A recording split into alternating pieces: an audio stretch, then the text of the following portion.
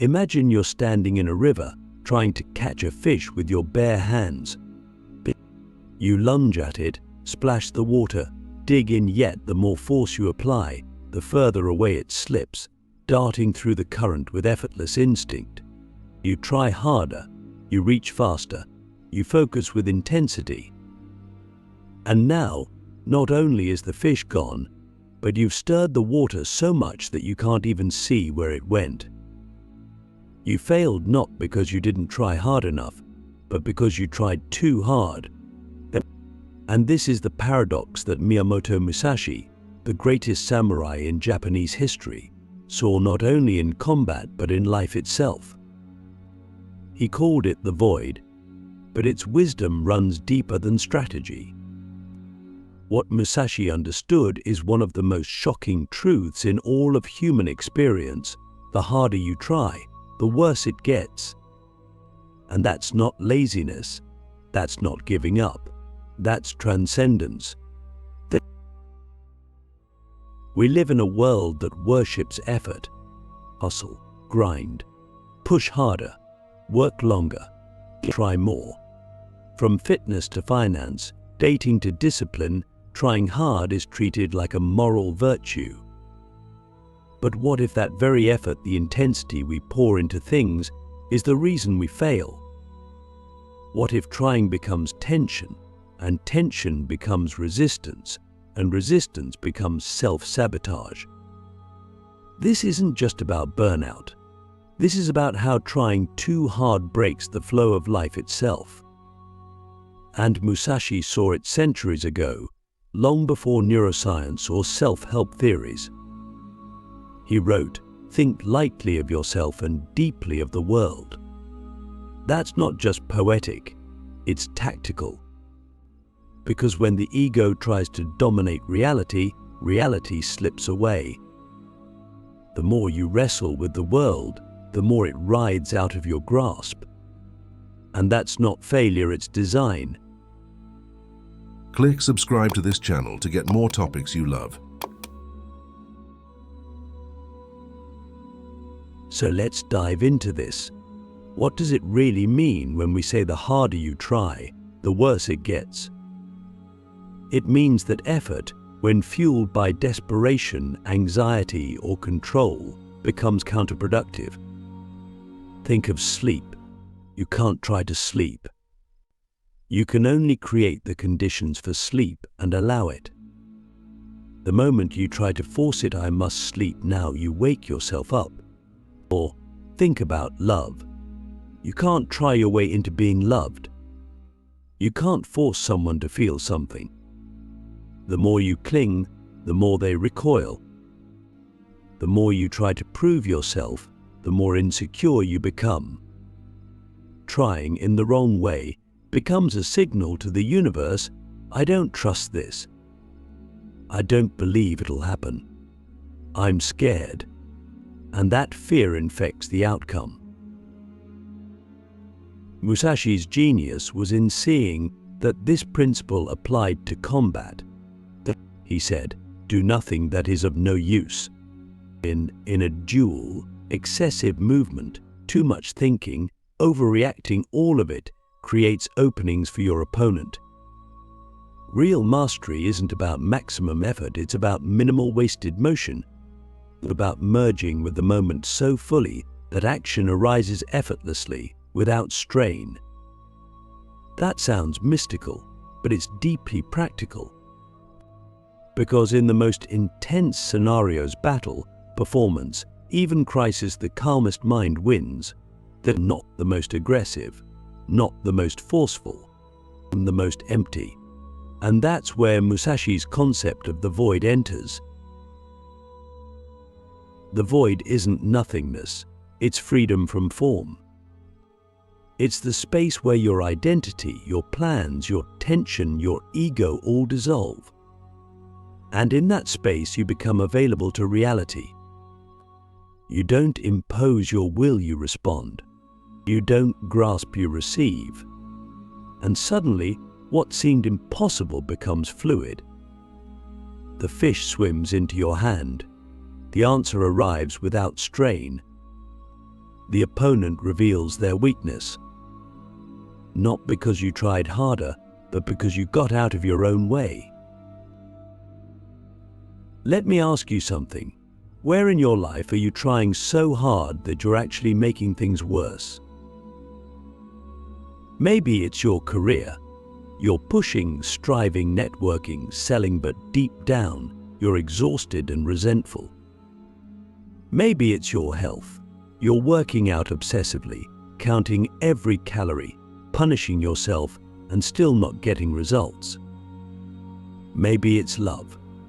You're constantly trying to be good enough, to not be abandoned, to earn affection, and every attempt only deepens the feeling of rejection. We all have places where effort has become desperation. And Musashi would say, step back, drop the tension, enter the void. But this is where most people get confused.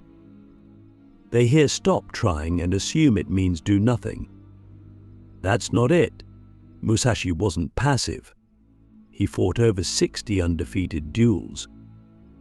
He created one of the most disciplined martial systems in history. But his discipline wasn't about control, it was about clarity. But his sword moved because his mind was still. His strikes landed because his ego didn't interfere. He didn't try to win. He allowed victory to emerge from presence. So how do we apply this? How do we stop trying harder and start living from the void? It begins with awareness. You have to catch the moment where effort becomes struggle, where striving becomes strain, where doing your best mutates into fear. And in that moment you pause, you breathe, you soften your grip, you stop forcing and start flowing. This doesn't mean you give up on goals. It means your energy shifts from grasping to trusting, from grinding to gliding, from ego to essence. And here's the wild part. When you stop trying so hard, you actually get better results, not because you're doing less, but because you're doing it from alignment. Think of athletes in the zone. They're not overthinking. They're not controlling every move. They're surrendered to rhythm, timing, instinct. And that surrender isn't weakness. It's the highest form of strength. Let me drop a question that might change your life. What if everything you want comes not from forcing the world to bend, but from letting yourself bend toward the world? That's what Musashi did. He didn't dominate the world with brute force. He harmonized with its flow. He became so attuned to movement, timing, and psychology that his opponents lost before the fight began. And that's the level of mastery we're talking about, not just in combat, but in conversation, in creativity, in conflict, in living. The deeper you go into this principle, the more you realize trying is a symptom of disconnection. You try hard when you're not aligned, when you don't trust, when you're afraid. But when you're rooted, when you're present, you don't need to try. You just do. You just are. Musashi said, you must understand that there is more than one path to the top of the mountain. That means you don't have to follow the conventional route. You don't have to break yourself to succeed. You don't have to suffer to prove your worth. In fact, the more rigid your path, the more likely you'll fall. Because life isn't linear. It flows like water. And water doesn't try to break the rock, it wears it down over time, with softness, with patience, with presence. So here's the challenge. Can you let go of effort without letting go of excellence? Can you move with precision, but without pressure? Can you take action without attachment to outcome? That's the void. That's the place where you stop chasing and start receiving, where you stop proving and start being. And it's not mystical. It's a skill, one you can practice, one you must practice if you want to live, love, and lead without burning out. There's something radically counterintuitive about the idea that real power comes from effortlessness. We've been taught, conditioned, even indoctrinated to believe that force equals strength, that the more you push, the more control you have, and the more control you have, and the more successful you'll be. But Musashi dismantles this illusion with one swing of his blade, not just literally in combat, but symbolically across the battlefield of life. He wasn't just a master swordsman, he was a master of perception, and what he perceived is something that should shake us to our very core. Control is an illusion created by fear, and fear is fueled by the ego's obsession with outcome. The void he described wasn't about emptiness in a negative sense, it was about clearing away the noise, removing the clutter of overthinking, overplanning, overdoing, and stepping into a state where action arises from stillness, where power flows through you rather than being squeezed out by you. And when we talk about burnout, about fear, about control, what we're really talking about is the suffering caused by resisting the very nature of reality. We burn out when we fight the river, when we try to swim upstream against the nature of things. We fear because we're attached to a result, an identity, a reputation. And we try to control because we don't trust life to unfold without our constant interference. But Musashi didn't fight like that. He didn't live like that. He practiced relentless discipline not to master others, but to master himself, to eliminate the need to force, and instead become so aligned with the moment that every strike, every step, every breath became inevitable. But think about your own life. How many things are you trying to force right now? Are you pushing yourself to be more productive because you're afraid of being irrelevant? Are you clinging to a relationship that's draining you because your ego can't handle walking away? Are you trying to build a perfect version of yourself so the world will finally approve, acknowledge, or love you? And does any of that actually feel powerful, or does it feel exhausting? We've confused tension for strength, urgency for purpose, and control for mastery. But Musashi's philosophy shows us another way, one that doesn't require us to destroy ourselves for success, but to dissolve ourselves into something greater. It's not about doing more, it's about doing less, but with greater precision, greater clarity, and greater inner silence. That's the void. It's not passive. It's not lazy. It's the deepest form of engagement. Because when you're in the void, you're not reacting from fear, you're responding from presence. You're not calculating every move to manipulate results. You're allowing life to reveal the next move through intuition, timing, and trust. Let me ask you something radical. What if the most powerful thing you could do right now is stop trying to be powerful? What if your obsession with projecting strength is the very thing that's keeping you weak? Musashi understood that true strength is invisible. It's not posturing. It's not noise. It's not the loudest voice in the room, it's the one who doesn't need to speak unless it's necessary. Because when you live from the void, your energy becomes sharp, clean, and undistracted. You no longer waste time chasing illusions or defending your ego, but you no longer need to prove anything to anyone. And that kind of presence, quiet, centered, unshakable, is terrifying to those still ruled by chaos. It's why Musashi won his duels before they began. His presence unsettled his opponents. Why? Because he had nothing to prove. And a man with nothing to prove is untouchable. Now translate that into your own world. Imagine walking into a room not hoping to impress, but simply being.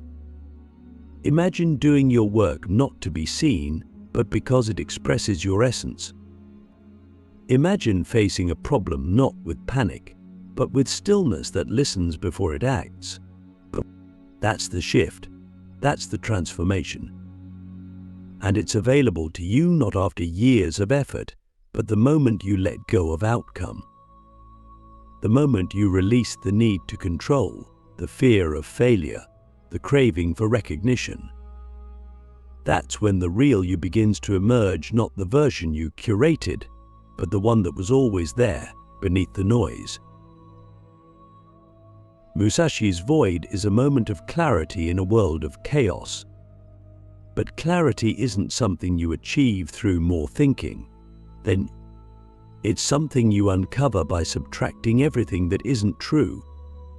And what's left is effortless power.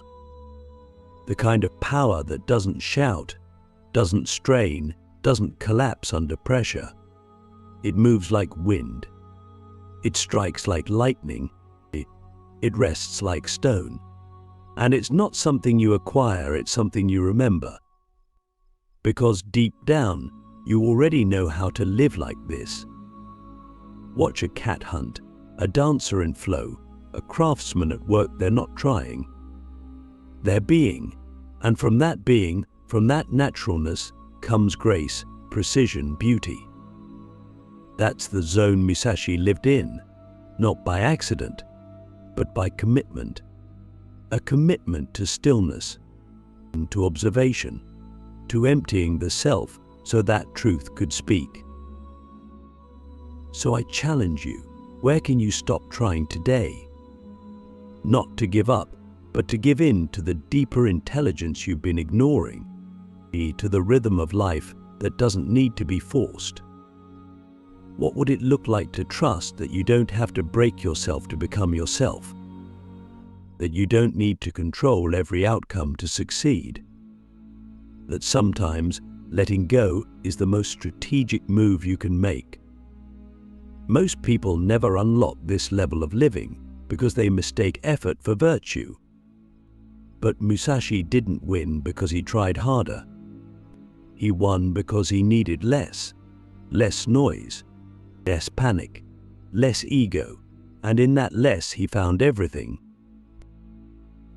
There comes a moment in every warrior's path, whether on the battlefield, in the boardroom, or in the silent corners of the soul, when the weapons laid out before them no longer matter. Not the sharpness of the blade, not the strength of the arm, not even the clarity of the strategy. What matters is presence. What matters is whether the warrior has become so attuned to the rhythm of existence that their every move is no longer a decision, but a response. This is the moment Musashi prepared for his entire life, not just to win duels, but to win without struggle, to arrive so completely within the moment that conflict itself dissolves. And that's the shocking realization many never reach. True mastery is not about overcoming the world, it's about no longer needing to. The final duel is not with an opponent, it's with the inner compulsion to force, to control, to dominate. And the only way to win that duel is to drop the sword, not out of surrender, but out of transcendence. Because when you no longer need to win, you can no longer lose. That's the ultimate paradox, and it terrifies the ego, because the ego survives on struggle. It needs enemies to define itself, goals to validate itself, effort to justify its worth. But Musashi's void offers a deeper path, one where the ego is no longer in charge, where life is no longer a test, and where power flows not from effort, but from alignment. Think about it. How many of our struggles are created not by reality, but by resistance to it? We don't suffer because life is chaotic, we suffer because we keep trying to force it to be something else. We fight time, we fight change, we fight uncertainty, we fight ourselves. And in this endless war of resistance, we burn out, we break down, and we call it ambition. But what if the highest form of ambition isn't domination, it's integration? What if the most courageous act is not to fight the current, but to trust it? That's what Musashi did. That's what all great masters do. They stop swimming against the river and become it. They stop resisting death and begin to live. They stop clinging to identity and become anonymous in their action, fluid, precise, and free. And here's the part no one tells you. When you stop trying to win, when you stop grasping for control, when you finally relax into the truth of what is, life starts to move through you. Ideas come. Opportunities arise. People respond differently. Not because you worked more, but because your energy changed. You became available to life not as its manipulator, but as its mirror. And in that mirroring, you stop projecting your fear and start reflecting your presence. That's the true winning Musashi embodied, not victory over others, but over self-deception. And that's available to you right now. You don't need to become a samurai. You don't need to renounce the world. You just need to stop forcing it. You just need to stop thinking that more effort equals more truth. Instead, ask yourself, what would it look like to live today from a place of flow, not force? What would I say, or not say, if I didn't need to be right? What would I choose, or walk away from, if I trusted that letting go wouldn't destroy me but liberate me? These aren't hypothetical questions. They're doorways, and every time you choose flow over force, presence over panic, surrender over ego, you step through that doorway into a new kind of life. A life where you no longer struggle to be enough, because you already are. Or a life where success is no longer a destination, but a side effect of alignment. A life where winning is not about beating others, but about realizing you never had to fight in the first place. That's Musashi's shock. That's the secret buried in all his duels, all his writings, all his silences. And it's yours if you're willing to stop trying so hard and start being. Because in the end, the void isn't empty, it's full of everything you've been trying to chase. And the moment you stop grasping, it rushes in not as something to conquer, but as something to become. So drop the sword, step into the silence, and let life, for once, move toward you. That's how you win, without struggle, without noise, without fear. That is the way of Musashi. That is the way of the void. That is the way of effortless power.